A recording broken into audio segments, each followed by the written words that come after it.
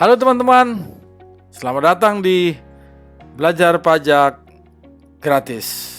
Kita ketemu lagi belajar pajak online secara gratis dan benar.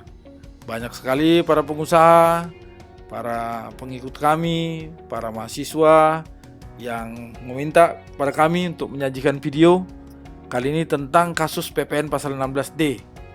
PPN, Undang-Undang PPN, sebagaimana kita tahu Undang-Undang nomor 8 tahun 83, sebagaimana diubah terakhir dengan Undang-Undang nomor 42 tahun 2009, yaitu tentang kasus penjualan aktiva yang menurut tujuan semula tidak untuk diperjualbelikan.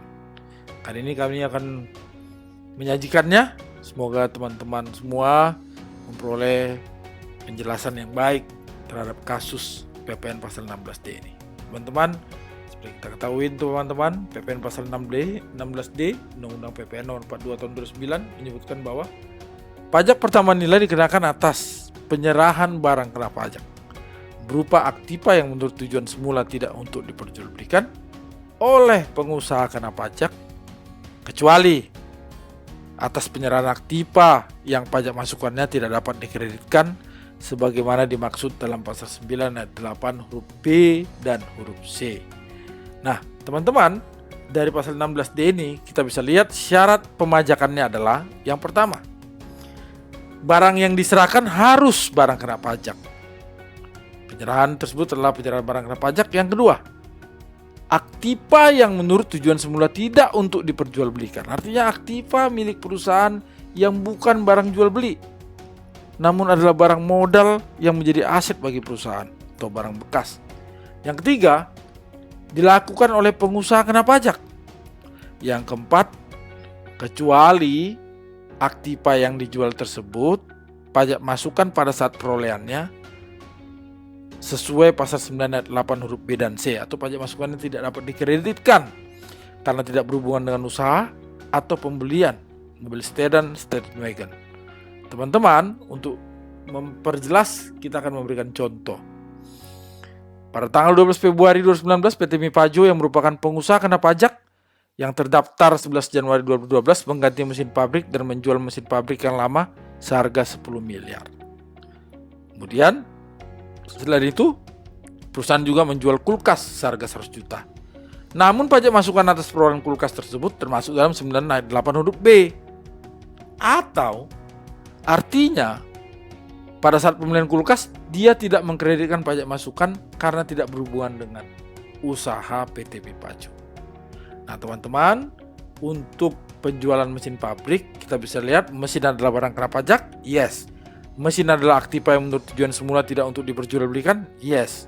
PT Mipajo adalah pengusaha kena pajak, yes. Yang keempat, maka dia terutang PPN, ya, karena PPN atas perolehan mesin tersebut bukan merupakan pasal 9 ayat 8 huruf B dan C Undang-Undang nomor 42 tahun 2009. Artinya pajak masukan pada saat perolehan mesin dapat dikreditkan. Sehingga dari 4 syarat tersebut telah terpenuhi, maka penjualan mesin terutang PPN sebesar 10% atau 10% kali 10 miliar adalah 1 miliar.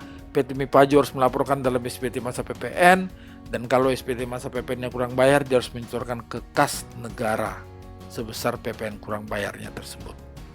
Untuk penjualan kulkas teman-teman, kita bisa lihat teman-teman, kulkas adalah barang kena pajak? Iya. Kemudian, kulkas adalah aktiva yang menurut tujuan semula tidak untuk diperjualbelikan? Iya. Karena kulkas bukan barang jual beli. Kulkas adalah aktiva di dalam PT Mipajo. Yang ketiga, PT Mipajo merupakan pengusaha kena pajak? Yes.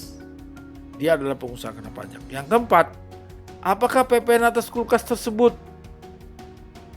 sesuai dengan pasal 9 ayat 8 huruf B dan C? Yes. Karena pada saat perolehan kulkas dia tidak bisa mengkreditkan pajak masukannya, karena pembelian kulkas adalah pembelian barang yang tidak berhubungan dengan usaha.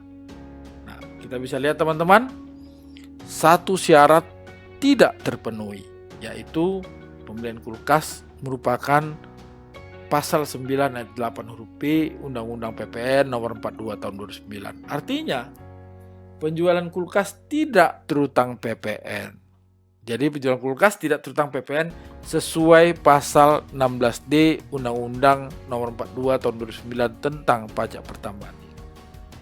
Karena dia tidak memenuhi salah satu dari 4 syarat pemajakan pasal 16D Undang-Undang PPN.